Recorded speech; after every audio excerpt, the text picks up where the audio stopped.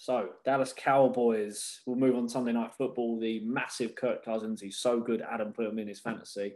And because of Adam putting him in his fantasy, Kirk Cousins yet again didn't show up on prime time. He has the worst record in the NFL on prime time games. I think it's after 25 games as well. So, it wasn't great. This one finished 2016 for the Dallas Cowboys.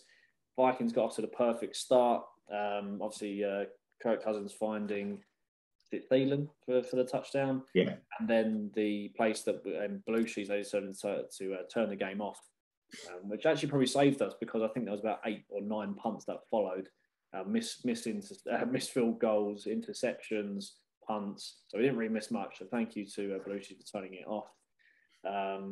But who knows?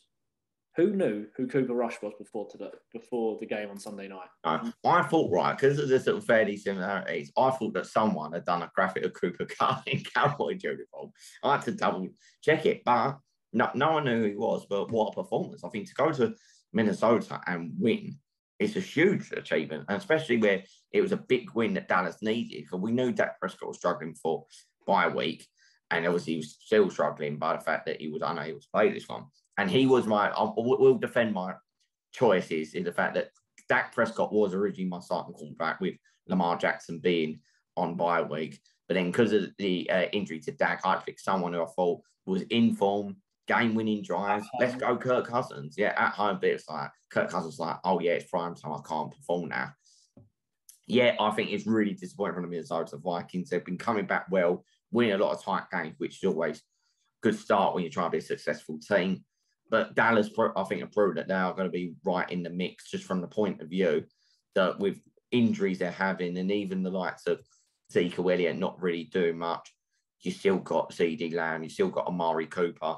We criticise them for putting the money into like purely wide receivers for a long time, but I think it's finally working for Dallas, and it was a huge win. I think this is why they're going to be sort of up there for a change.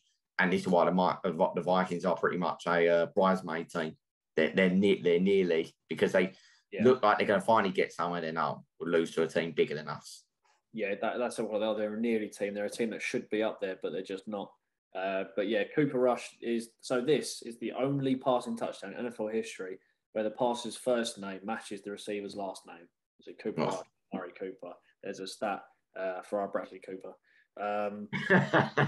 But yeah, good win, Cooper. I mean, as you said about receivers and the core that they've got, you've got a random guy. Cooper Rush comes in, throws 24 passes, completed passes, 325 yards. And if you just get a random guy who can throw the ball, that O-line, fantastic for the Dallas Cowboys, and a fantastic win